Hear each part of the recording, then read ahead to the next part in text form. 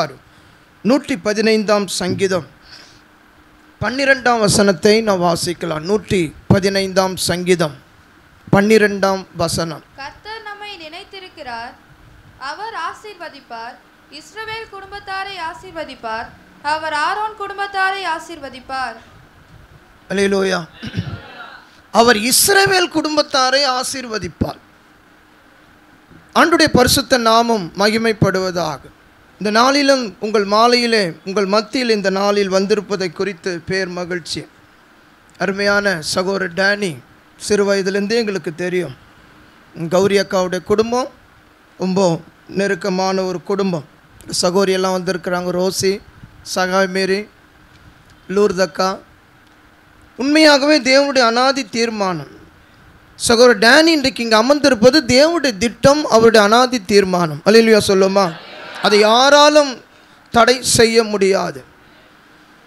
யாராலும் அதை ஒரு நாளும் எதிர்த்து நிற்க முடியாது. எந்த வல்லமையும் இந்த ஊழியத்தை எதிர்த்து நிற்க முடியாது. இது தேவனால் ஏற்படுத்தப்பட்ட ஒன்று. தாயின் கருவில் இருக்கும்போதே டேனியை கர்த்தர் தெரிந்து கொண்டார். ஆண்டவருடைய நாமம் காலங்கள் நிறைவேறும் போது இன்றைக்கு ஒரு அற்புதமான ஒரு பகுதியிலே கர்த்தர் கொண்டு வந்து ஆச்சரியமான காரியங்களை அவர் செய்து கொண்டிருக்கிறார். ஆண்டவருடைய நாமம் மகிமைப்படுவதாக. நேரம் அதிகமாக இல்லாததினால் ஆண்டவருடைய வார்த்தைக்கு நேராக செல்லுவோம். இஸ்ரவேல் குடும்பத்தாரை அவர் ஆசீர்வதிப்பார். ஆண்டவருடைய நாமம் மகிமைப்படுவதாக. தேவன் யாரை ஆசீர்வதிப்பார்? குடும்பம் என்பது காட் இன்ஸ்டிடியூஷன். தேவன் அசம்பல் பண்ண முதல் காரியமே ஆதியாகமம் 1 அதிகாரம் 2 அதிகாரத்தில் தேவன் ஒன்றை அசம்பல் பண்ணுகிறார், சபையை அல்ல. தேவன் ஒன்றை அழகாக உருவேற்கிறார், ஒரு கம்பெனி அல்ல. தேவன் ஒன்றை அழகாக அசம்பல் பண்ணுகிறார். சிதறி கிடக்கிற பொருளை எல்லாவற்றையும் ஒன்றாக கூட்டி கவனிக்க வேண்டும். குடும்பத்தை, இந்த இன்ஸ்டிடியூஷனை தேவன் உருவேற்படுத்தினார்.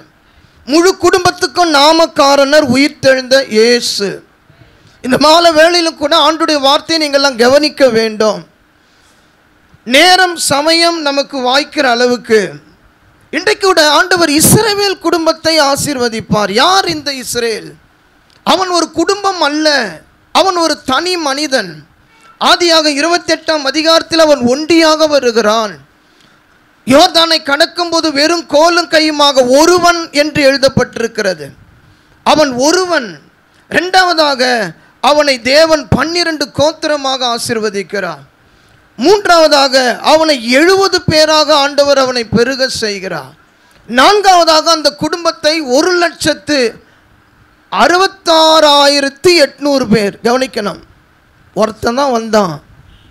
12 கோத்திரம், 70 பேர். பிற்காலங்களில் அந்த குடும்பம் எப்படி மாறினது? எகிப்து நாட்டிலே சாதாரண குடும்பம்தான், ஆனால் தேவன் அதை எப்படி பெருக செய்தார்?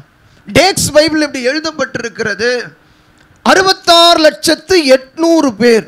அல்லேலூயா சொல்லுமா? அல்லேலூயா. தொடங்கும் போது ஆரானை விட்டு ஓடி வந்தான். பெத்தலை கடக்கும் போது தேவன் அவனை சந்திக்கிறான். முதல் அவன் கர்த்தர் சந்தித்த இடம் பெத்தேல். இன்றைக்கு இந்த இரவு வேளையில் கூட நாம் தொடங்கும் போது நம்முடைய குடும்பம் அற்பமாக இருக்கலாம், இல்லற வாழ்வு அற்பமாக இருக்கலாம், திருமண வாழ்வு அற்பமாக இருக்கலாம், ஒன்றுமே இல்லாமலே தொடங்கலாம். அது முக்கியம் அல்ல. நாம் யார் என்பதுதான் முக்கியம். நாம் யாக்கோபா அல்லது இஸ்ரவேலா? மாற்றம் இல்லாமல் ஒரு குடும்பத்தை தேவன் ஆசீர்வதிக்க முடியாது. ஆண்டவருடைய நாமம், தேவனுடைய தொடுதல் இல்லாமல் ஒரு குடும்பத்தை தேவன் உருவேற்படுத்த முடியாது. தேவனுடைய பிள்ளைகளை தேவன் எவ்வளவு ஒரு உள்ளத்தில் ஏக்கத்தோடு இருந்தார். அழகான ஒரு குடும்பத்தை உருவேற்படுத்தணும். நான் வேதம் சொல்லுது, முதல் குடும்பமே கொலைக்கார குடும்பம். 4 அதிகாரம் ஆதியாகமம் 8 வசனம். முதல் குடும்பம் ஆதாம் ஃபேமிலி, முதல் மனிதன் ஆடாம். எல்லாம் கவனிக்கணும். முதல் குடும்பமே கொலைக்கார குடும்பமா? பெரிய பையன் கொலை பண்ணிட்டாங்க, ஜெயிலுக்கு போயிட்டானா எப்படி இருக்கும் யோசித்து பாருங்கள். தேவனுடைய உள்ளம் எவ்வளவு வேதனைப்படும். இரண்டாவது குடும்பம் நோவா குடும்பம், அது சபிக்கப்பட்ட குடும்பம். ஆதியாகமம் 9 அதிகாரம் 25 வசனம். முதல் குடும்பம் கொலைக்கார குடும்பம், இரண்டாவது குடும்பம் சபிக்கப்பட்ட குடும்பம். நான் வேதத்திலிருந்து பேசுகிறேன். ஆதியாகமம் 11ஆம் அதிகாரம் 31 32. தேராகு குடும்பம் விக்கிரகங்களால் நிரப்பப்பட்ட குடும்பம், அல்லது விக்கிரகங்களை செய்து விற்கிற குடும்பம். ஆனால் தேவன் தன் உள்ளத்தில் என்ன யோசித்திருந்தார் தெரியுமா? எப்படியாயிலும் ஒரு தேவ பக்தி உள்ள சந்ததியை உருவாக்க வேண்டும். ஒருவனை அல்லவா தேவன் படைத்தார், அவரிடத்தில் ஆவி திரளாய் இருந்தது. மல்கியா 2:15. இவ்வளவு திரளான ஆவி உள்ள கடவுள் பூச்சக்கரங்களில் உலாவுகிறவர் ஒரு நிமிஷத்தில் 1,00,000 பேரை உருவாக்க முடியுமே? ஆனால் ஒருவனை ஏன் படைத்தார்? தேவ பக்தி உள்ள சந்ததியை பெறும்படி தானே. அல்லேலூயா. மூணாவது குடும்பம் விக்கிரகங்களை விற்கிற குடும்பம். நாலாவது குடும்பம் 19ஆம் அதிகாரம் ஆதியாகமம் 36 37. முறைகேடான குடும்பம். தகப்பன் பெண்ணிடத்திலே தவறு செய்த ஒரு குடும்பம் லோத்தின் குடும்பம். ஆண்டுடைய உள்ளத்தில் ஒரு பாரம், ஒரு அழகான குடும்பத்தை ஏற்படுத்த வேண்டும். இந்த குடும்பத்தினுடைய அடையாளம் என்னன்னா, பரலோகத்தின் அடையாளம், பரலோகத்தின் ஒரு நிழலாட்டம். குடும்பமே ஒரு சொர்க்கமாக இருக்க வேண்டும், அது நடுவில் நாம் உலாவ வேண்டும், அதை நாமே வழிநடத்த வேண்டும் என்று தேவன் விரும்பினார். ஆனால் சாத்தான் நமக்கு ஒரு எதிராளி இருக்கிறான். 128ஆம் சங்கீதம், 128ஆம் சங்கீதத்தை எல்லாரும் திறந்து பாருங்க. எல்லாரும் பைபிளை தரங்க. 128ஆம் சங்கீதம். சுருக்கமாய் அந்த சங்கீதத்தை சொல்லுகிறேன். அந்த சங்கீதத்தில் மொத்தமே ஒரு சில வசனங்கள், ஒரு 6 வசனம் தான் இருக்குது. மொத்தமே வாசிக்க வேண்டாம். அன்றைய நாம எல்லாம் கல்யாணத்தில் அதை தான் சொல்லுவாங்க, எல்லா நிச்சயத்திலும் அந்த வசனம் தான் எடுப்பாங்க. ஆசீர்வாதம்னா அந்த வசனத்தை எடுப்பாங்க. அது என்ன சங்கீதம் தெரியுமாங்க? சாம் ஆஃப் ஃபேமிலி, குடும்ப சங்கீதம், குடும்பத்துக்குரிய சங்கீதம். ஒரு ஸ்பிரிச்சுவல் ஃபேமிலி என்ன இருக்கு? 4 காரியம் அங்கே சொல்கிறார் சங்கீதக்காரன். குடும்பத் தலைவன் பயம் என்று சொல்லுகிறார், குடும்பத் தலைவி பக்தி என்று சொல்லுகிறார், பிள்ளைகள் பரிசுத்தம் என்று சொல்லுகிறார். சுருக்கமாய் சொல்லுகிறேன், பாசத்தினால் கட்டப்பட்ட ஒரு அழகான குடும்பம். அன்றைய நாம் அந்த குடும்பத்தை தான் எங்கேருந்து கடவுள் ஆசீர்வதிக்கிறார்? 4ஆம் வசனம், சியோனிலிருந்து. அல்லேலூயா. நான் சத்தமே காணுமே. எங்கேருந்து உங்களுக்கு ஆசீர்வாதம் வேணும்? எங்கே இருக்குது சியோன்? 7ஆம் வானம் என்று சொல்லப்படுகிற, தேவனுடைய உன்னதம் என்று சொல்லப்படுகிற, எல்லாம் கவனிக்க வேண்டும். ஆராய்ச்சியாளர் கண்டுபிடிச்சிருக்கிறாங்க 7 வானங்கள் உள்ளதாக. எபிரேயர் 1ஆம் அதிகாரம் 2ஆம் வசனம், வானங்கள் எவன்ஸ் என்று எழுதப்பட்டிருக்கிறது. 7ஆம் வானம் என்று சொல்லப்படுகிற அந்த புனிதமான ஸ்தலத்தில் இருந்து தேவன் நம்மை, நம்முடைய குடும்பத்தை ஆசீர்வதிக்க விரும்புகிறார். ஆனால் ஒரு குடும்பத்தில் பார்த்தீங்கன்னா கொலை, இன்னொரு குடும்பத்தில் பார்த்தீங்கன்னா என்னது? சாபம், கானான் சபிக்கப்பட்டவன். இன்னொரு குடும்பத்தில் பார்த்தீங்கன்னா விக்கிரக ஆராதனை, இன்னொரு குடும்பத்தில் பார்த்தீங்கன்னா முறைகேடு. ஆண்டவருடைய நாமம் மகிமைப்படுவதா? இன்றைக்கு கூட என்ன தேவனுடைய விருப்பம்? குடும்பங்களை தேவன் ஆசீர்வதிக்கிறார், குடும்பங்களை தேவன் உருவேற்படுத்துகிறார். நீதிமொழிகள் 9ஆம் அதிகாரம் 1 வசனம், ஞானம் தன் வீட்டை கட்டி தன் 7 தூண்களை சித்திரம் தீர்த்து. இதுக்கெல்லாம் பெயிண்டரை வர வைக்கணும் என்ற அவசியம் இல்லை. குடும்பமாகி வீட்டை கட்டுவதற்கு இன்ஜினியர் தேவையில்லை. எல்லாம் கவனிக்கணும். எந்த ஆர்கிடெக்சரும் தேவையில்லை, எந்த பெயிண்டரும் தேவையில்லை, கலர் வண்ணம் தீட்டுகிறவள் தேவையில்லை, கார்பெண்டர் தேவையில்லை. ஒன்று இருந்தால் போதும், பரத்திலிருந்து வருகிற தேவ ஞானம். ஆமென். அல்லேலூயா. படிப்பை வச்சு கூட குடும்பத்தை கட்ட முடியாது. 31 ஆண்டு ஆகிறது இந்த சேவைக்கு நாங்கள் வந்து. 31 வருஷம். 93 பிப்ரவரி 14ஆம் தேதி இந்த ஊழியத்துக்கு நான் வந்தேன். 31 ஆண்டு காலம். எல்லாம் கவனிக்கணும். இந்த 31 ஆண்டு காலத்தில் எத்தனையோ குடும்பம் சிதைக்கப்பட்டதை இப்போ கூட நான் லிஸ்ட் வச்சிருக்கிறேன். எத்தனை குடும்பம் டிவோர்ஸ், எத்தனை குடும்பம் இன்றைக்கு இல்லை, எத்தனை குடும்பம் கலைந்து போனது, எத்தனை குடும்பத்தில் தற்கொலை, எத்தனை குடும்பத்தில் கொலை, எத்தனை அசம்பாவிதங்கள். இவைகளுக்கெல்லாம் காரணம் என்ன? இஸ்ரவேல் குடும்பத்தாரை அவர் ஆசீர்வதிப்பார். இன்றைக்கு கூட அநேக குடும்பங்கள் ஆசீர்வாதம் பெறாதற்கு அநேக காரணங்கள் உண்டு.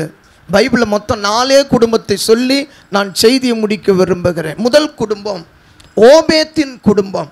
2 சாமுவேல் 6ஆம் அதிகாரம் 11ஆம் வசனம். 2 சாமுவேல்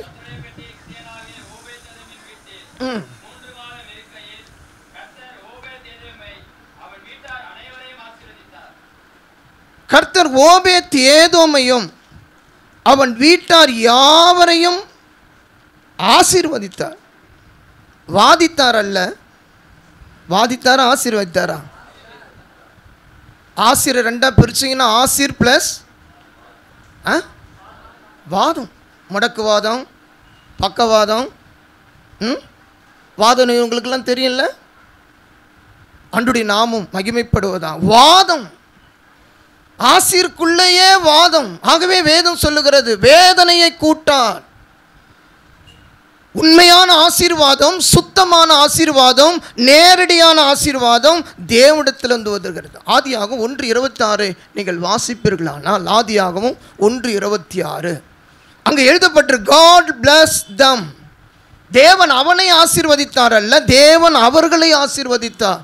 குடும்பமாக இருக்கிறதா ஆண்டவர் பார்க்கிறார். குடும்பமாக அழகாக தேவனுடைய பிள்ளைகளே, இன்றைக்கு குடும்பம் ஒரு தேவனுடைய பார்வையில் ஆசீர்வாதம் பெறுகிற, தேவனால் அங்கீகரிக்கப்படுகிற, இன்றைக்கு 10 குடும்பமும் சேர்ந்தால்தான் அது திருச்சபை, 10 திருச்சபை சேர்ந்தால் அது சமுதாயம், 10 சமுதாயம் சேர்ந்தால் அது தேசம். இன்றைக்கு குடும்பமே சிதைந்து கிடக்குமே. ஆனால் அன்றைக்கு இஸ்ரவேல் குடும்பத்தார் உலர்ந்த எலும்பு போல் அப்படியே சிதறுண்டு கிடந்ததை ஆண்டவர் காட்டுகிறார். கேட்குறார் மனுபுத்தன், இதெல்லாம் உயிரடையுமா? இல்லை ஆண்டவர், இது எனக்கு தெரியாது, அது உமக்கே தெரியும். தேவனுடைய பிள்ளைகள் எத்தனையோ குடும்பம் அப்படியே உலர்ந்த எலும்பு போல் சிதறுண்டு. பையன் ஒரு பக்கம் கிடக்கிறான், பொண்ணு ஒரு பக்கம் கிடக்குது, அம்மா ஒரு பக்கம், அப்பா குடிச்சிட்டு அங்கே கிடக்கிறாரு,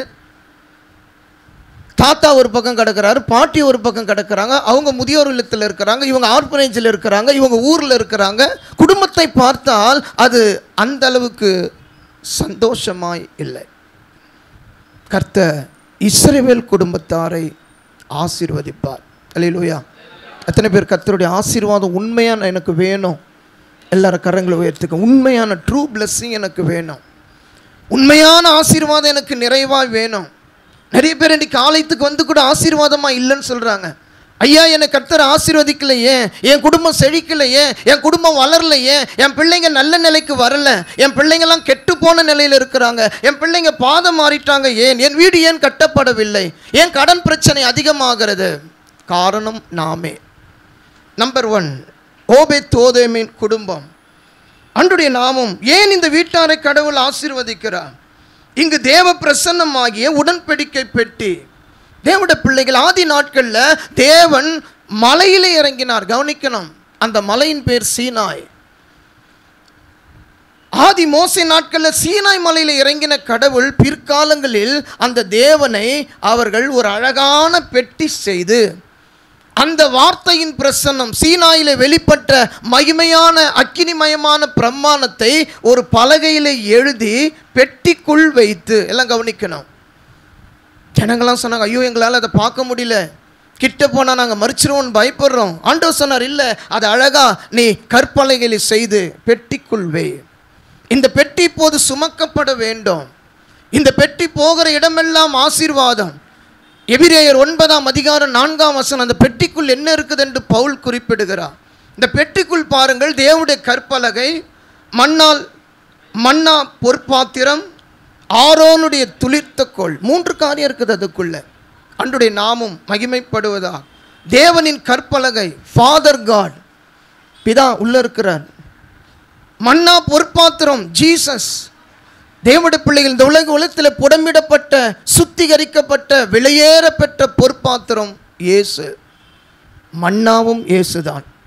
வானத்திலிருந்து அருளப்பட்ட மன்னா மேசியாவாகிய கடவுள். 3வது பாருங்கள், ஆரோனுடைய குளிர்த்த தோல், ஆவியானவர், அபிஷேகத்தை இது குறிக்கிற. இது ஆண்டவர் சொல்றார், இது 3ஐயும் பெட்டிக்குள்ளவே. இந்த பெட்டி எங்க இருக்கணும்னு சொல்றாருன்னா, பரிசுத்த ஸ்தலத்தில் இருக்கணும். ஆனால் அந்த பெட்டி இப்போ எங்க இருக்கு தெரியுமா? ஒருத்தருடைய வீட்டில் இருக்குது. இன்றைக்கி நம்மளாம் சர்ச்சைக்கு வந்தால் எல்லாம் கவனிக்கணும். சர்ச்சில் தானே பெட்டி இருக்கணும், சர்ச்சில் தான் கர்த்தர் இருப்பார், சர்ச்சில் தான் கர்த்தர். நம்ம வீட்டில் யார் இருக்கிறது? நம்ம வீட்டில் யார் இருப்பது? 7 நாள் வாரத்தில் நம்முடைய வீட்டில் யார் உலாவுகிறார்? யாருடைய சத்தம் கேட்கிறது? என் வீடு எப்படி இருக்கிறது? என்னுடைய வீட்டில் அவர் வாழ்கிறாரா, வசிக்கிறாரா, உலாவுகிறாரா? இப்போ பெட்டிக்குள்ளே வந்துட்டார். மலையில் இருந்த கடவுள் பெட்டிக்குள் வைக்கப்பட்டார். இப்போ அந்த பெட்டி எங்கே வந்துடுச்சு? ஆசரிப்பு கூடாரத்தில் தான் இருக்கணும். யார் வீட்டில் இருக்குது? இப்போ நம்ம வீட்டில் யார் இருக்கிறதுன்னு கொஞ்சம் யோசித்துப்பார். ஐயா, என் வீட்டில் செய்வன போராட்டம், மாந்திரிக சக்தி, பிசாசுடைய போராட்டம், கழுத்தை வந்து பேய் அழுத்துதுன்னா நம்மளோட வீட்டில் கடவுள் இருக்கிறாரா? ஏன் ஓபேத்தை ஆசீர்வதித்தா? அவன் வீட்டை ஏன் ஆசீர்வதித்தா?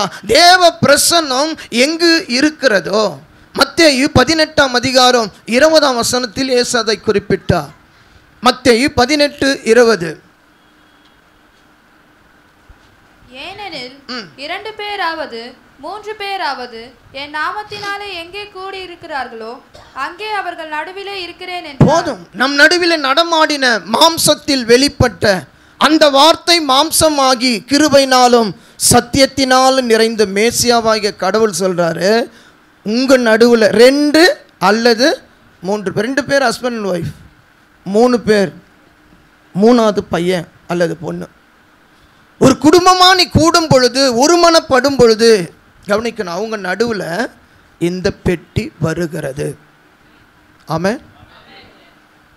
அந்த வீட்டில் ஒரு மனமே இல்லை. ஒருத்தருக்கு பேசி பல நாள் ஆச்சு. அம்மா வந்து லெட்ரு எழுதி கொடுக்குறாங்க அப்பா கிட்ட, பையன்கிட்ட கொடுக்குறாங்க, பையன் வந்து அப்பா கிட்ட போய் கொடுக்குறான். இப்படியே கொஞ்ச நாள் நடந்துகிட்டே இருக்குது. அப்பா லெட்ரு எழுதி அம்மா கிட்ட கொடுக்குறான். பேச்சுவார்த்தை இல்லை. ஆனால் சர்ச்சுக்கு வராங்க. எவ்வளோ நாளுங்க பேசாத இருப்போம். யார் அந்த வீட்டுக்குள்ளே இருப்பார் தெரியுமா? எல்லாம் கவனிக்கணும். அந்த வீட்டுக்குள்ளே யார் இருப்பார் தெரியுமா? இயேசு இருப்பதற்கு வாய்ப்பே இல்லை. அந்த வீட்டுக்குள்ளே பிரிவினையின் ஆவி, ஸ்பிரிட் ஆஃப் டிவிஷன். அந்த வீட்டுக்குள்ளே யார் உண்டு? சாத்தானுடைய கிரியைகள், சாத்தானுடைய தந்திரங்கள். கூடி ஜெபிக்கிற குடும்பம் கோடி நன்மைகளை பெறும்.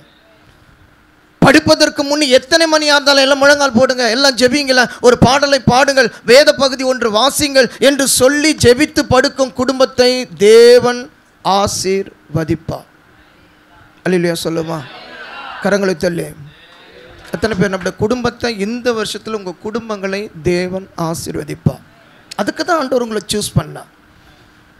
என்னாகும் 24:1 தீர்க்கதரிசி, அது இஸ்ரவேலை ஆசீர்வதிப்பதே எனக்கு பிரியம். இஸ்ரவேலே உன் கூடாரம் எவ்வளவு அழகா இருக்குது, இஸ்ரவேலே உன் வாசஸ்தலம் எவ்வளவு, என்ன அழகு, என்னங்க அழகு அந்த கூடாரம். அங்கே இருக்கிற ஒரு மனம், ஏக சிந்தை, ஒற்றுமை, ஐக்கியம், பிணைப்பு, பாசம், அன்பு. இதை பார்க்கும்போது கர்த்தர் வியக்கிறார். இதை பார்க்கும்போது கர்த்தர் பூரிக்கிறார். அப்போ உடனே சங்கீதக்காரன் சொல்றார், நான் இஸ்ரவேல் குடும்பத்தாரை ஆசீர்வதிப்பேன்.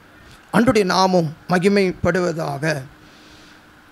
கூடி ஜெபித்தல் மட்டும் இல்லை. யோசுவா 24:15 கூடி அவருக்கு ஆராதனை செய்ய வேண்டும் என்று எழுதப்பட்டிருக்கிறது. இன்றைக்கு ஏன் ஓபேத்ஏதோமுடைய வீட்டில் இந்த ஆசீர்வாதம் தங்கினது? ஏன் அந்த வீட்டாரை கர்த்தர் ஆசீர்வதித்தார்? யோசுவா 24:15 கர்த்தரை சேவிக்கிறது உங்கள் பார்வைக்கு ஆகாததாய் கண்டால் பின்ன யாரை சேவிப்பீர்கள் என்று இன்று தெரிந்து கொள்ளுங்கள். நதிக்கு அப்புறத்தில் உங்கள் பிதாக்கள் சேவித்த தேவர்களை சேவிப்பீர்களோ? நீங்கள் வாசம் பண்ணுகிற தேசத்து குடிகளாகிய எமோரியரின் தேவர்களை சேவிப்பீர்களோ? நானும் என் வீட்டாருமோ வென்றால் கர்த்தரையே சேவிப்போம் என்றான். We serve the Lord. எல்லாம் கவனிங்க. Service the Lord. Serve அப்படி என்பது ஆராதனை பிளஸ் ஊழியம். சர்வீஸ்னு சொல்லலாம், சர்வ்னு சொல்லலாம். அவருடைய ஓட்டம் முடிகிற நேரத்தில் குடும்பமாக நின்று சொல்லுகிற ஒரு வார்த்தை யோசுவா என்ன சொல்ற? நானும் என் குடும்பமும் கர்த்தருக்கு ஆராதனை செய்வோம், ஒருமனப்பட்டு ஜெபிப்போம். ஆராதனைக்கு வரும்போது தனியாக வரக்கூடாது, ஆராதனைக்கு வரும்போது ஒண்டியாக வரக்கூடாது. இயேசுவாகிய பிள்ளையை யோசேப்பு மரியாளும் தூக்கி கொண்டு குடும்பமாக 8ஆம் நாளில் வந்தார்கள் ஆலயத்துக்கு. எல்லாம் கவனிக்கணும். சரியாக 8ஆம் நாள், மேசியா பிறந்து 8ஆம் நாள், யூதர்களுடைய விருத்த சேதத்தின் தினம். இந்த குழந்தையை கொண்டுட்டு குடும்பமாக வருத்த மேலிருந்து கவனிக்கப்பட்டது. இன்றைக்கு உலகம் முழுவதும் ஏன் அவங்களை கொண்டாடுறாங்க தெரியுமா? ஏன் மேரிக்கு ஒரு மாலை, ஏன் மேரிக்கு ஒரு சிலை, ஏன் மேரிக்கு ஒரு ஜபமாலை, ஏன் அவங்களுக்கு ஒரு தீர்த்தம்? எல்லாம் கவனிக்கணும். ஆராதிக்கிற பிள்ளைகளை தேவன் ஆசீர்வதிக்கிறார். அல்லேலூயா சொல்லுமா? எத்தனை பேர் இன்றைக்கு ஆராதனைக்கு இன்றைக்கு நாம் தனியாக வருகிறோம்? ஆராதனைக்கு யார் ஒன்று கூடி குடும்பமாக நாம் கடந்து வருகிறோம். இன்னைக்கு அநேக தேவனுடைய பிள்ளைகள் தனியாக வருகிறார்கள். ஆண்டவருடைய நாமம் மகிமைப்படுவதாக. ஒருவன் 1000 பேரை துரத்துவான், 2 பேர் 10,000 பேரை துரத்துவார். தேவனுடைய பிள்ளைகள் இன்றைக்கு குடும்பமாக வந்த இந்த அதை தான் திருக்குடும்பம் என்று சொல்லுவார்கள். கத்தோலிக்க மக்கள் அதை திருக்குடும்பம் என்று சொல்லுவார்கள். இன்றைக்கு திருக்குடும்பம் என்றால் என்ன? ஒருவர் கூட விடாம குடும்பத்தில் எல்லாம் ஆராதனைக்கு வரணும், பேர் பேராய் இலக்கத்தின்படியே தேவ சமூகத்தில் வரணும். இன்னைக்கு பாருங்க, ஆராதனைக்கு வந்து பசங்களை விட்டு வந்துடுறாங்க. ஒரு பையன் தேட்டருக்கு போயிருக்கிறான், ஒரு பையன் கம்பெனிக்கு போகிறான், ஒரு பொண்ணு வீட்டில் இருக்குது, ஒரு பொண்ணு வரத்தே இல்லை. தேவனுடைய பிள்ளைகளே, இன்றைக்கு தான் நாம் ஃபங்க்ஷன் வைக்கிறோம். ஆண்டவர் சொல்கிறார், ஓபேத் ஏதோம் வீட்டாரை கர்த்தர் ஆசீர்வதித்தார். அல்லேலூயா. எத்தனை பேர் விசுவாசிக்கிறீங்க? ஓபேத் ஏதோம் வீட்டாரை ஏன் கடவுள் ஆசை? அவங்க வீட்டுக்குள்ளே இருக்கிறது ஒன்றே ஒன்று தான், கடவுளுடைய பெட்டி. அதுதான் மேசியாவாகிய இயேசு. இரண்டாவதாக ஆண்டுடைய நாமம் மகிமைப்படுவதாக. 115 சங்கீதம் 12 வசனம்.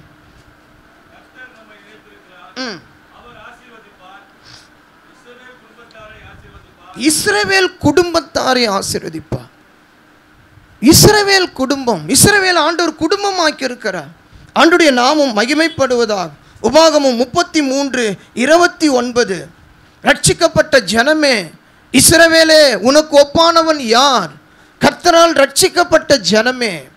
33:29 உபாகமம்.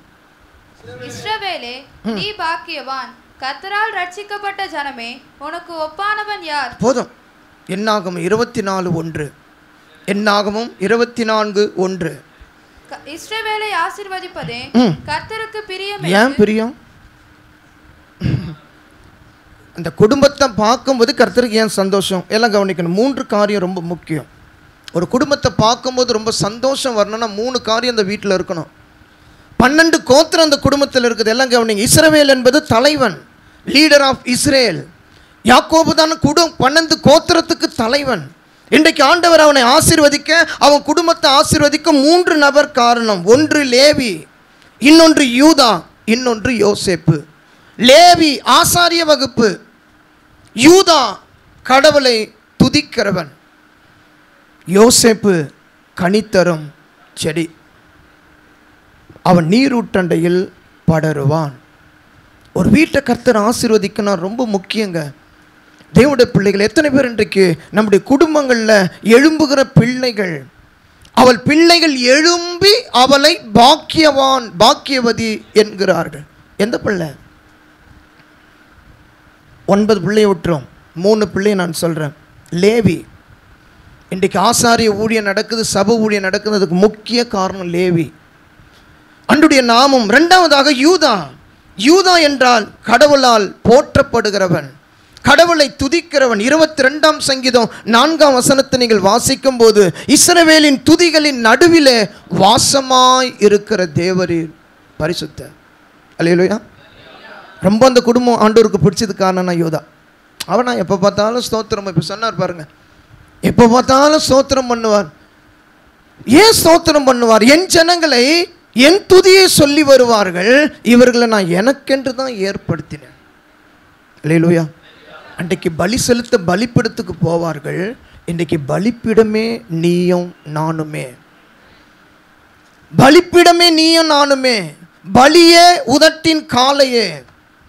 அன்றைக்கு பலி செலுத்த பலிப்பிடத்தை கட்டு, வா பெத்தேலுக்கு போகலாம், வா தானுக்கு போகலாம், நீ எங்கேயுமே போகாத. இன்றைக்கும் ஜனங்கள் வா திருப்பதிக்கு போகலாம், திருத்தணிக்கு போகலாம், பலிப்பீடங்களை நோக்கி ஓடுகிறார்கள். வேதம் சொல்லுகிறது, நீயே பலிப்பீடம். சப்பனிடப்பட வேண்டிய பலிப்பிடம் நான் தான். இஸ்ரவேலை ஏன் கடவுள் ஆசீர்வதித்தா? அங்கு யூதா இருக்கிறான், 4வது மகன் யூதா. அவனுக்கு யூதா என்று பெயரிட்டார். சிறுமையில் கர்த்தர் என்னை நினைத்தருளினார். அன்றைய நாமும் மகிமைப்படுவது. எத்தனை பேருங்க கர்த்தரை இன்றைக்கு துதிக்க தேவன் நம்மை அழைத்திருக்கிறார்? அல்லேலூயா, அல்லேலூயா.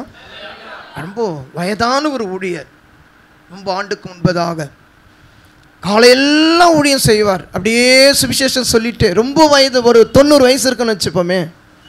அப்படியே நடந்து நடந்து நடந்து நடந்து ஒரு கோயிலுக்கு பின்புறமான ஒரு குடிசையில் அவர் வந்து தங்கிட்டார்.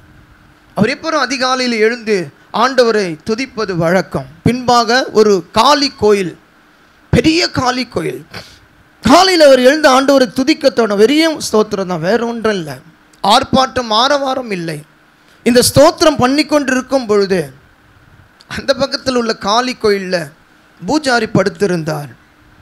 கொஞ்ச நேரத்துக்குள்ள பூஜாரி அலறி எழுந்து பார்த்தா அந்த காளி கோயிலுடைய சிலை 2ஆக பிளவுண்டு போகிறது. அங்கே ஸ்தோத்திர சத்தம் கேட்குது. அப்படியே கிராக் உடுது, இவர் கண்ணு எதிர்க்க உடையுது. இது ஒரு சத்தம் கேட்குது, உசு உசு உசுன்னு. பின்னாடி போய் பார்த்தா ஒரு வயசானவர் இயேசுவை ஸ்தோத்திரம் பண்ணி கொண்டு இருக்கிறார். எத்தனை பேருக்கு இன்னைக்கு 1000 மடங்கு தரணும்? இப்பொழுது இருக்கிறதை பார்க்கல உனக்கு 1000 மடங்கு தருவன் சொல்கிறோமே. வேதாகமத்தில் 8001 வாக்குத்தத்தம் இருக்குது. ஒரு வாக்குத்தத்தம் நம்ம வாழ்க்கையில் நிறைவேறி இருக்குதா? எப்போ வாக்கு நிறைவேறும்? நீ கடவுளை மனப்பூர்வமாக துதித்து துதிக்க துதிக்க துதிக்க துதிக்க தேவன் உன் பக்கத்தில் வருவார். அசுத்த வல்லமைகள், தீய வல்லமைகள் எல்லாம் விலகி ஓடும். உன் பேருக்கு யாராகிலும் ஏதாகிலும் செய்தால் அது பலிக்காது. அல்லேலூயா சொல்லுமா? எத்தனை பேர் விசுவாசிக்கிறீங்க? கர்த்தரை துதிக்கிற ஜனங்கள் அவர்கள் ஜெயிக்கிற ஜனங்கள். ராஜ்யங்களை ஜெயித்தார்கள். ஆண்டுடைய நாமம். யோசேப்பு கனித்தரம் செடி, தேவனுடைய பிள்ளைங்க. அவன் நீருட்டண்டையில் படருவான். குடும்பத்துக்கு மட்டும் ஆசீர்வாதம். அந்த பையன் எகிப்து தேசத்துக்கே ஆசீர்வாதம். எகிப்து தேசத்துக்கு. இன்றைக்கு உள்ள சவுதி அரேபியா அந்த தேசம். அன்றைக்கு சொல்லப்பட்ட எகிப்து இன்றைக்கு உள்ள சவுதி. அன்றைய நாமம். இன்றைக்கும் ராஜாவுடைய ஆட்சி தான் அங்கே நடக்கிறது. தேவனுடைய பிள்ளைகள் அந்த தேசத்தில் எப்படிங்க யோசேப்பு இருந்தா? அவன் கனி தரும் செடி. அன்றைய நாமம். எத்தனை பேருடைய பிள்ளைங்க இன்னைக்கு கனி தராங்க? வாசித்தோம் 128ஆம் சங்கீதம். உன் பிள்ளைகள் வீட்டோரங்களில் மனைவி கனித்தரும் செடி, பிள்ளைகள் ஒலிவ மர கன்றுகள். ஒய்ஃபை விட கொஞ்சம் எக்ஸ்ட்ரீம் லெவலுக்கு சொல்ல, ஆலிவ் பிளானட். ரொம்ப rich olive planet. Olive oil ரொம்ப கஷ்டம். இஸ்ரேல் தேசத்தில் தான் அதிகமாக இருக்குது, இங்கே இந்தியாவில் அதிகமாக இல்லை. இவ்வளோ ரிச்சாக இருக்கிறாங்களா அந்த பசங்க? ஆமாம். அந்த பிள்ளைங்களை பார்க்கும்போது தெரியும் அப்பா அம்மா யார். பிள்ளைகளை பார்க்கும்போது தெரியும் முற்பிதாக்களை. யோசேப்பா இவன் பாருங்க இவ்வளோ தேசத்துக்கு பெரிய ஒரு கவர்னராக இருக்கிறான். இன்றைக்கு இந்த தேசமே இவனை கண்டு நடுங்குகிறது. அன்றைய நாமம் மகிமைப்படுவதாக. 3வது யாத்ராகமம் 1ஆம் அதிகாரம் 21ஆம் வசனம். எந்த குடும்பத்தை கர்த்தர் ஆசீர்வதிக்கிறார்? முதல் ஓபேத் ஏதோமின் வீடு, 2வது இஸ்ரவேல் குடும்பம், 3வது யாத்ராகமும் 1ஆம் அதிகாரம் 21ஆம் வசனம். மருத்துவச்சிகள் தேவனுக்கு பயந்ததினால் அவர்களுடைய குடும்பங்கள் தழைக்கும்படி செய்தார். அவர்களுடைய குடும்பங்களை தழைக்கும்படி செய்தார். உண்மையான விசேஷ மூல மொழியாக்கத்தில் தேவன் அவர்களை சேமமாக்கி செழிப்பாக்கி இந்த பூமியிலே அவர்களுக்கு குடியிருக்கும் எல்லைகளை உண்டாக்கி தந்தார். யார் குடும்பம்? யார் குடும்பம்? மருத்துவ வச்சிகள், டாக்டர்ஸ் ஃபேமிலி. நம்முடைய குடும்பங்களில் ஒருவேளை வக்கீல் இருக்கலாம், மருத்துவர்கள் இருக்கலாம், போலீஸ் இருக்கலாம், ஆசிரியர் பணி செய்கிறவர்கள் இருக்கலாம். எத்தனை பேருடைய குடும்பம் இன்னைக்கு தழைக்குது, செழிக்குது? இன்னைக்கு மருத்துவர்கள் சரியான சேவையிலே கடவுளுக்கு பயப்படுகிறது இல்லை. ஆண்டவர் இங்கே பார்க்குற ஒரு காரியம், இந்த மருத்துவ வச்சிகள் கர்த்தருக்கு பயப்படுகிறார்கள். இன்றைக்கு மருத்துவத்துறை சேவையாய் தொடங்கி இன்றைக்கு அது வியாபாரமயமாய் போய்விட்டது. ஒரு ஊழியர் மறிச்சிட்டார், ரொம்ப ஃபேமஸான ஊழியர், ட்ரிபிள் எம் ஹாஸ்பிட்டலில் பிரதர் ஜான் ஜோசப். எத்தனை பேருக்கு தெரியும்? நல்ல ஒரு அற்புதமான தேவ மனிதன், தீர்க்கதரிசி. பாடியை கொடுக்க மாட்டேன்னு சொல்கிறாங்க. இத்தனை லட்சம் கட்டிட்டு எடுத்துருப்பாங்க. அவரோட பேங்க் பேலன்ஸ் பார்த்தா ஒன்றுமே இல்லை, நில் பேலன்ஸ். உடனே டிஜிஎஸ் தினகரனுக்கு ஃபோன் பண்ணாங்க, ஐயா இந்த மாதிரி பாடியை கொடுக்க மாட்டேன்றாங்க. அங்கேருந்து ஐயா சொன்னார், நான் உங்களுக்கு அக்கௌண்ட்டில் அனுப்புகிறேன், நீங்கள் பாடியை உடனே ரிலீஸ் பண்ணுங்க. வியாபாரம் எப்படி போச்சு பார்த்தீங்களா? ஆனால் இங்கே வேதம் சொல்லுகிறது, இந்த மருத்துவ வச்சிகள் கடவுளுக்கு பயந்ததினால் அவர்கள் குடும்பங்களை, எந்த துறையானாலும் சரி, ஆசிரியர் பணியானாலும் சரி, கல்வித்துறை இன்றைக்கு வியாபாரமயமாக்கப்பட்டது. காவல்துறை இன்றைக்கு வியாபாரமயமாக்கப்பட்டது. எந்த துறை எடுத்தாலும் பார்த்தீங்கன்னா அதில் பயங்கரமான பிரச்சனைகள். அன்றைய நாமம் இன்றைக்கி பொதுமக்கள் ஏமாற்றம், வேதனை, துக்கம். ஏன் நம்முடைய குடும்பத்தை குறித்து எச்சரிக்கையாக இருப்போம். ஒருவேளை அடுத்தவன் பிள்ளைகளை டாக்டராக படிக்க வைக்கலாம், நம்முடைய பிள்ளைகளை வக்கீலாக படிக்க வைக்கலாம், நம்முடைய பிள்ளைகளை ஒருவேளை ஆசிரியர் பணிக்கு பிஏடு படிக்க வைக்கலாம். ஆனால் என்ன செய்யணும் தெரியுமா? கர்த்தருடைய பயத்தை அவர்களுக்கு சொல்லித்தர வேண்டும். வேதம் சொல்லுது, கர்த்தருக்கு பயப்படுகிற பெரியோரையும் சிறியோரையும் கர்த்தர் ஆசீர்வதிப்பார். 1ஆம் அதிகாரம் யாத்திராகம் 17ஆம் வசனம். உண்மையான தேவ பயம் எந்த அதிகாரத்துக்கும் பயப்படாது. பார்வோன் சொல்லினதை கூட அசட்டை பண்ணிட்டாங்க. உண்மையான தேவ பயம். இன்னைக்கு சிஎம் சொன்னா, பிஎம் சொன்னா இன்னைக்கு டாக்டர் பயப்படாத இருப்பாங்களா? அந்த டாக்டர் பைபிளில். ஆமே. இப்படி இருந்தால் டாக்டர் எப்படி இருக்கும்? மருத்துவமனை தேவலோகம் போல இருக்கும். ஒரு உயிர் கூட சீக்கிரம் போகாது. அன்றைய நாமும் மகிமைக்கடுக்காக 1ஆம் அதிகாரம் யாத்திராகம் 18ஆம் வசனம். மனிதர்களின் உயிர்களை நேசித்து உயிரோடு அவங்கள வைக்கிறாங்க. கொன்னுடுன்றான் பார்வோன். எபிரேய பிள்ளைகளை கொன்னுடு, கர்ப்பத்திலே கொன்னுடு. ஐயோ, இந்த கொலையை நாங்கள் செய்ய மாட்டோம். கருசிதைவு ஒரு கொலை. கவனிக்கணும். இன்றைக்கு எத்தனையோ தேவ பிள்ளைகள் இந்த கருசிதைவை செய்கிறார்கள். அது பெரிய கொலை. அது முடிவில் சாபமாக அமையும். நல்லா தெரியும் அவர்களுக்கு. கடவுளுக்கு பயந்ததினால அந்த உயிர்களை அவங்க உயிரோடு வைத்தார்கள். அன்றைய நாமும் மகிமைப்படுவதாக. 3ஆம் அதிகாரம் நீங்கள் பாருங்கள்.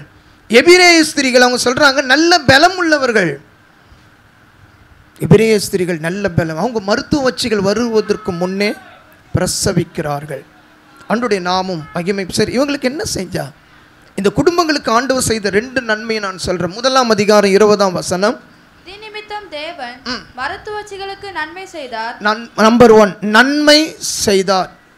21ஆம் வசனம். மருத்துவச்சிகள் தேவனுக்கு பயந்ததினால் அவர்களுடைய குடும்பங்கள் தழைக்கும்படி செய்தார். போதும். அவர்களுக்கு குடியிருக்க எல்லைகளை உண்டாக்கி. அன்றைய நாமும் யாரெல்லாம் ஒருவன் கடவுளுக்கு அஞ்சி நடக்கிறானோ, கவனிக்கணும் தேவ பிள்ளைகளை. நீ எவ்வளவுனா டிகிரி படி, என்ன படிப்போன்னா படி, அதெல்லாம் வேணாம். கர்த்தருக்கு பயப்படுதல் என்னது என்பதை கற்றுக்கொள். மோசே இஸ்ரவேல் மக்களை பார்த்து சொன்ன அற்புதமான ஒரு வேத பாடம் என்ன? நீ எந்த பைபிள் காலேஜ் வேணா படி, அதெல்லாம் முக்கியம் இல்லைங்க.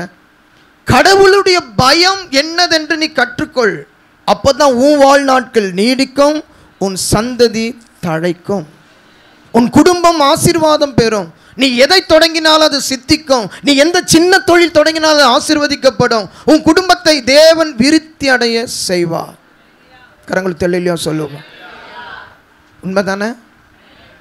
உண்மைதானே? ஆண்டவருடைய பயம் இன்னைக்கு குடும்பங்களில் ரொம்ப குறைவாக. துணிந்து பேசுகிறாங்க, வேகமாக பேசுகிறாங்க, மனம் பதறி பேசுகிறாங்க, தேவன் கேட்க மாட்டான்னு பேசுகிறாங்க. இயேசு கடவுள் கல்லல்ல, இயேசு மரம் அல்ல. கவனிக்கணும், அவர் ஆவியாக இருக்கிறார், வார்த்தையாக இருக்கிறார். அவர் எங்கே வியாபித்திருக்கிற சர்வ வியாபி. நீங்கள் நினைக்கிறீங்களா அவர் பார்க்கல? அவருக்கு எல்லாம் நீங்கள் செய்கிற ஒவ்வொரு இன்ச்சு பை இன்ச்சு அவருக்கு எல்லாம் தெரியும். ஆமே.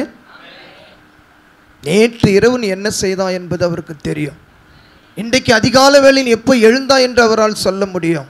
இன்றைக்கு மதியம் நீ என்ன சமைச்சாயின்னு இப்போ ஆண்டவர் சொல்ல முடியும். தேவனுக்கு மறைவான சிருஷ்டி ஒன்றும் இல்லை. ஒவ்வொரு மனிதனும் கடவுளுக்கு பயப்படாததினாலே அவனுடைய குடும்பங்கள் சிதறுண்டு போகிறது. இங்க பார்த்தீங்கன்னா அவர்களை தழைக்கும்படி செய்தார். 115ஆம் சங்கீதம் 13ஆம் வசனம். கர்த்தருக்கு பயப்படுகிற பெரியோரையும் சிறியோரையும், பெரியோர் பெற்றோர், சிறியோர் பிள்ளைகள். அன்றைய நாமும் பெரியோர் பெற்றோர், சிறியோர் பிள்ளைகள். பெற்றோர் இன்னைக்கு கடவுளுக்கு பயந்தா அவங்க பிள்ளைகள் நிச்சயமாய் கடவுளுக்கு பயப்படுவார்கள். அல்லேலூயா, அல்லேலூயா. நீதிமான் தன் உத்தமத்தில் நடக்கிறான், அவனுக்கு பிறகு அவனுடைய பிள்ளைகள் பாக்கியவான்களாய் இருப்பார். இன்றைக்கு தேவ பயத்தில் பிள்ளைகளுக்கு நம்ம சொல்லிக் கொடுக்கணும். இதை பேசாதே, இதை செய், இதை இப்படி செய், இந்த காரியத்தை இதை செய். அவங்களுக்கெல்லாம் காணிக்க கொடுத்து இந்த பெட்டியில் போடு, இந்த காணிக்க கொடுத்து இந்த ஊழியக்காரர்கிட்ட கொடு. இந்த பிள்ளைகளுக்கு நல்ல காரியங்கள் எல்லாம் இப்போ சிறு வயதிலிருந்தே, பெரியவர்கள் ஆன பிறகு எல்லாம் கவனிக்கணும். 1 வயதில் இந்த காணிக்க அவங்க கையில் கொடுத்து அதை போடு. இந்த அந்த ஊழியக்காருக்கு கொடு, இதோ அந்த எதிர்க்கு வர்றாங்க பூவர்ஸ் பிச்சைக்காருக்கு நீ கொடு, இந்தா நீ கொண்டு போய் அவங்களுக்கு கொடுத்துட்டு வா. அது பார்க்க அந்த பிள்ளை, ஓஹோ இப்படிலாம் கொடுக்கணுமா, இதெல்லாம் சபைக்கு செய்யணுமா. நமக்கு தெரியும், அடுத்து வர பிள்ளைகளுக்கு யார் கற்றுக் கொடுப்பது? இதை சண்டே ஸ்கூலில் கற்றுக் கொடுக்க மாட்டாங்க, இதை பாஸ்டர் சொல்ல மாட்டார். ஒரு நல்ல தாய் 100 ஆசிரியருக்கு சமம். ஒரு நல்ல தாய், ஒரு சவுற்றில் குட் ஷெப்பர்ட் கான்வென்ட் அந்த சவுற்றில் எழுதப்பட்டிருக்கிறது, ஒரு நல்ல தாய் 100 ஆசிரியருக்கு சமம். நல்ல தாய் முதல் அந்த குழந்தைக்கு என்னென்ன, கடவுளுக்கு பயப்படுதல் இன்னதென்பதை தயவு செய்து அவர்களுக்கு நாம் கற்றுத்தர வேண்டும். 4வது, ஒரு குடும்பத்தை தேவன் ஆசீர்வதிக்கிறார். 115ஆம் சங்கீதம் 12ஆம் வசனத்தை வாசிங்கள். கர்த்தர் நம்மை நினைத்திருக்கிறார், அவர் ஆசீர்வதிப்பார், இஸ்ரவேல் குடும்பத்தாரை ஆசீர்வதிப்பார், அவர் ஆரோன் குடும்பத்தாரை. 4வது ஆரோன் குடும்பம், ஆரோன் ஃபேமிலி. 4வது குடும்பம் பைபிள் ஆண்டவர் முக்கியப்படுத்த ஆரோன் குடும்பம். ஆரோன் என்றாலே உயர்வு என்று பொருள். ஆரோன் குடும்பத்தை ஆண்டவர் எல்லாத்திலும் ஆசீர்வச்சிட்டார். ஆக்சுவலாக மோசே தான் லீடர், இஸ்ரவேலுக்கும் முழு இஸ்ரவேலுக்கும் மோசே தான் தலைவர். ஆனால் கர்த்தர் யாரை மோசை விட அதிகமாக ஆசீர்வச்சான்னு கேட்டால் ஆரோனை. மோசேக்கு வாயாக கர்த்தர் கொடுத்தாராம். ஆண்டுடைய நாமம் எபிரேயர் 5ஆம் அதிகாரம் 4ஆம் வசனம், ஆரோனை போல் அழைக்கப்பட்டால் ஒழிய ஒருவனும் இந்த கனமான ஊழியத்திற்கு தானாக ஏற்பட முடியாது. யாத்ராகம் 4:14, லேவியனாகிய ஆரோன் என்று அங்கே வாசிக்கிறோம். 106ஆம் சங்கீதம் 16ஆம் வசனம், பரிசுத்தவானாகிய ஆரோன் என்று வேதம் சொல்லுகிறது. ஏன் ஆரோன் குடும்பத்தை கர்த்தர் ஆசீர்வதிக்கிறார்? தேவனுடைய பிள்ளைகள் இன்றைக்கெல்லாம் நீங்கள் கேட்கல, நாங்கன்னா ஆரோனா நாங்கள் எப்படி ஆசாரி ஊழி? இல்லை இல்லை, அவருடைய ரத்தத்தினால் கழுவப்பட்ட எல்லாருமே ராஜாக்களும் ஆசாரிகளும் ஆக்கிறார். ஹல்லேலூயா. வெளிப்படுத்தல் 1:6, நாங்களாம் ராஜாவா? ஆமாம், கிங் அனாயிண்டிங்கும் உனக்கு இருக்குது, நீ ரூல் பண்ணலாம். பிசாச நில்லுன்னா நிற்கும், சாத்தானே இங்கே வராதனா வராது, கடலை பார்த்து இம்மட்டும் வானாய் உனக்கு பயப்படும். ஏன் இயற்கை உனக்கு பயப்படும்? ஏன் ஆவி உனக்கு பயப்படும்? நீ ராஜா என்பதை மறந்து விடாது. நீ ஆசாரிய ஊழியம் செய்கிறப்ப ஆராதனை பண்ணுவீங்க, யாரும் உள்ளே வரக்கூடாது தெரியுமா? இது உள்ள யாரும் வரக்கூடாது தெரியுமா? விசேஷமாக ஸ்திரீகள் வரக்கூடாது, தர்காவில் ஒரு ஸ்திரீகளும் போகக்கூடாது. ஏன் இதுக்குள்ளே வரக்கூடாது தெரியுமா? இது மகா பரிசுத்த ஸ்தலம். இன்னைக்கு எப்படி உங்களை வர வச்சார் கர்த்தர் தெரியுமா? அவருடைய ரத்தத்தின் புண்ணியம். அல்லேலூயா சொல்லுமா? ஜென்ஸை தவிர இது உள்ள லேடிஸ் வர நாட் அலவுட். தேவன் பழைய ஏற்பாட்டில் அனுமதி கொடுக்கல. எப்படி நீங்கள் வந்தோம்? வேதம் சொல்லுது, ஆண் என்றும் பெண் என்றும் வித்தியாசம் இல்லை, யூதன் என்றும் கிரேக்கன் என்று வித்தியாசம் இல்லை, நாம் எல்லாரும் தேவ தூதர்களைப் போல் இருப்போம். அன்றைய நாமம் மகிமைப்படும். ஒருத்தன் கேட்டான், ஏசு ஆனா பெண்ணா? எல்லாருக்கும் ஒரே குழப்பம். உங்களுக்கு இந்த குழப்பம் இருக்குதா? ஏசு ஆனா பெண்ணா? நான் கேட்டேங்க, வா. கடவுள் என்பவர் எல்லா பரிமாணங்களுக்கும் உயர்ந்தவர். பரிமாணங்களையே அவர்தான் உண்டாக்குகிறவர், ஒரு இனத்தை உருவாக்குகிறவர். கடவுளுக்குள் எல்லா பரிமாணங்களும் உண்டு. அவரை ஒன்றில் அடக்க முடியாது, ஒன்றை குறிப்பாய் சொல்ல முடியாது. அவரே எல்லாவற்றுக்கும் எல்லாமானவர். கரங்கள் தலையில சொல்ல, முடிவில்லாதவர். அவர்தான் அல்பா, அவர்தான் ஒமேகா. அவருக்கு முடிவு என்பது கிடையாது. அன்றைய நாமம் மகிமைப்படுவதா. ஆரோன் குடும்பத்தாரை ஏன் கர்த்தர் ஆசீர்வதிக்கிறார்? யாத்ராகம் 17ஆம் அதிகாரம் 9ஆம் வசனத்தில், மோசேயுடைய கைகளை தாங்கினவர் இந்த ஆரோன். எனக்கு எந்த குடும்பத்தை ஆண்டவர் அதிகமாக ஊழியத்தில் அந்த ஊழியக்காரருடைய கரத்தை யாரெல்லாம் யுத்தம் வந்துடுச்சிங்க, அமலேக்கு வந்துட்டான், அமலேக்கு வந்திருக்கிறான். தேவனுடைய பிள்ளைகளே, அமலேக்குன்னா யார் தெரியுமா? அமலேக்கு முன்னேற்றத்தை கெடுக்கும் ஆவி. கொஞ்சம் ஃபார்வர்டில் போனால் அவன் நிற்பான். எங்கெங்கெல்லாம் நீங்கள் வேதத்தில் அமலேக்கு வந்தானோ அங்கெல்லாம் முன்னேற்றத்தை தடை செய்யும் ஆவி. இப்போ இவன் வரும்போது மோசேயுடைய கரம், ஏன்னா அவர் வயதானதுனால தளருது. ஆகவே தான் சங்கீத ஏசாயா சொல்கிறார், தளர்ந்த கைகளையும் தள்ளாடுகிற முழங்கால்களையும். இப்போ தளர்ந்ததுனால இந்த பக்கம் ஊர், இந்த பக்கம் ஆரோன் தாங்கி பிடிக்கிறாங்க. ஊழியத்தை யாரெல்லாம் வந்து தாங்குறாங்கன்றத தேவன் பார்க்குறாரு. முதல் தாங்கி பிடிக்கிறது யாருன்னா ஆரோன். அதான் வேதம் சொல்லுது, ஆரோன் குடும்பத்தாரை அவர் ஆசீர்வதிப்பார். எத்தனை பேர் ஊழியத்தை தாங்க நீங்கள் ஆவலாக இருக்க? எத்தனை பேர் இன்றைக்கு ஊழியரை தாங்குறீங்க? ஊழியத்தை தாங்குவது ஒரு அனுபவம், ஊழியரை தாங்குவது ஒரு அனுபவம். ஐயா நீங்கள் நல்லா இருக்கிறீங்களா என்பது கேட்பது வேறு, ஐயா ஊழியம் எப்படி இருக்குதுன்னு கேட்பது வேறு. இன்றைக்கு ஊழியத்தையும் யாரும் தாங்கலை, ஊழியக்காரனையும் யாரும் தாங்கலை. எப்படிங்க நம்முடைய குடும்பங்களை தேவன் ஆசீர்வதிப்பார்?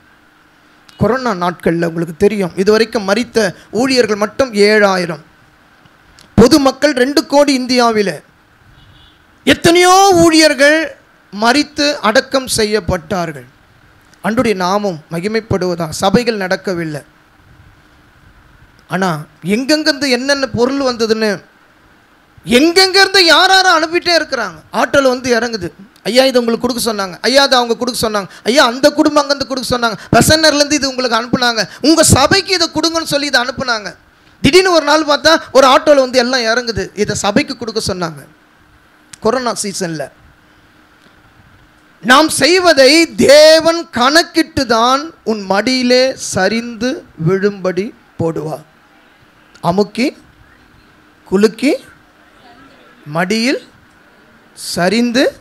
எல்லாருக்குமா ரூத்தை கூப்பிட்றாங்க, இங்கே வா. அந்த போர்வை விரி. 6 படி கோதுமை தூக்க முடியாத தூக்கிட்டு போறா. இதுவரைக்கும் அவளுக்கு கொடுக்கப்பட்டதே இல்லை. ஏனென்றால் தன் வாழ்வையே அர்ப்பணித்தவள், தன் வாழ்வையே பெத்லகேமுக்காக. அவள் மோவாபியல். ஆக்சுவலாக அந்த புத்தகம் போவாசன் வந்திருக்கணுமே, அந்த புத்தகம் நகோமி புத்தகம் வந்திருக்கணுமே. ஏன் ரூத்து புத்தகம் வந்திருக்குது? ரூத்து யூத ஸ்திரீ அல்ல, அவள் புறஜாதியால். எத்தனை பேர்லாம் ஆபத்தில் கை தாங்குறீங்களோ? ஆபத்து நேரத்தில் மாமியை கை தாங்கினவள் ரூத். அல்லேலூயா சொல்லுமா? நகோமி என்பவள் திருச்சபைக்கு அடையாளம். போவாஸ் என்பவள் மணவாளன் இயேசுக்கு அடையாளம். ரூத் ஒரு நல்ல மணவாட்டி சபைக்கு அடையாளம். பெத்லகேம் அப்பத்தின் வீடு திருச்சபைக்கு அடையாளம். இந்த மாலையில் வந்திருக்க நாம் எல்லாம் யார் ஊழியத்தையும் ஊழியரையும் பலமாய் தாங்குறாங்களோ அவங்களுக்கு என்ன ஆசீர்வாதம் சொல்லி நான் சொல்லி முடிச்சிடுறேன். ஆண்டுடைய நாமும் மகிமைப்படுவதாக. என்னாகும் 20:10 பிரதான அபிஷேக தைலத்தை அவங்க மேலே ஊத்துன்னு கர்த்தர் சொல்லுகிறார். ஆசாருடைய அபிஷேகம் அவர்கள் மேல் இறங்குகிறது. லேவியராகமம் 8:12. ஏன் ஆரோன் குடும்பத்தாரை ஆசீர்வதிக்கிறார்? இன்னைக்கு சபையார் பாவங்கள் செய்யும் போது பலி செலுத்த வேலை தான் ஆசானுடைய வேலை.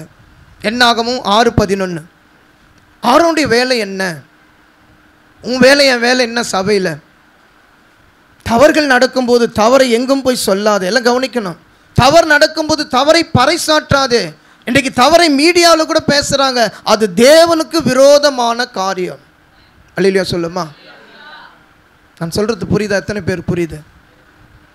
ஆண்டவருடைய நாமம் மகிமைப்படுவதாக. தவறு எங்கும் போய் சொல்லாதே. ஆரோனுடைய வேலை என்ன தெரியுமா?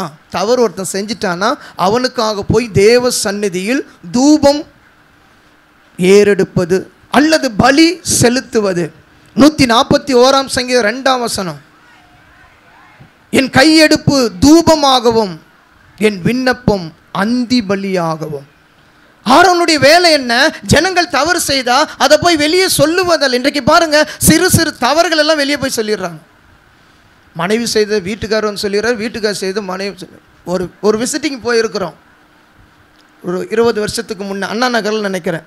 பாஸ்டர் அனுப்பிச்சிருந்தார். ஒரு பையன் கிடக்குன்னு ஓடியாந்தான், சின்ன பையன். பாஸ்டர் எங்கள் அப்பா சிகரெட் பிடிக்கிறாருண்ணா. அவனை வாய் பிடிச்சி தூக்கின்னு போயிட்டாங்க உள்ள. இன்னும் கொஞ்சம் நேரத்தில் ஓடியாந்தான், பாஸ்டர் எங்கள் அம்மா எங்கள் அப்பா அடிச்சிட்டார் அப்படின்னா. அவன் யூகேஜி எல்கேஜி படிக்கிறான். அவனை ஒன்றையும் கண்ட்ரோல் பண்ண முடியல. அப்படி முழிக்கிறாங்க எல்லாம். ஒரு 3 பாஸ்டர் போய்க்கிறான் அந்த வீட்டில். சிகரெட் பிடிக்கிறான்னு ஃபஸ்ட்டு சொன்னான். எங்கள் அம்மாவை அடிக்கிறாருன்னு சொல்லி அடுத்தது சொன்னான். இன்னொன்று ஒன்று சொல்ல வந்தால் வாயை மூடிட்டாங்க. கோர்ட்டில் கூட யார் பேச்சை நம்புவாங்க தெரியுமா? குழந்தைங்க பேச்சு. அன்றைய நாமும் கீழ்கோர்ட், மேல் court, supreme court, high court, எந்த கோர்ட் ஆனாலும் சில்ட்ரன்ஸை கொண்டு வாங்கன்னுவாங்க. மழையிலுடைய பேச்சை முதல் எடுப்பாங்க, சில்ட்ரன்ஸுடைய பேச்சை முதல் எடுப்பாங்க. வாயை மூடிட்டார் அவங்க அப்பா. இவன் விட்டா நம்ம சரித்திரத்தையே சொல்லிவிடுவான். அப்படியே பெட்ரூமில் இட்டுன்னு போயிட்டாங்க அவனை. கூடி வந்திருக்கிற தேவனுடைய பிள்ளைகளை தவறுகளை சுட்டி காட்ட வேண்டாம், தவறுகளை பறைசாட்ட வேண்டாம்.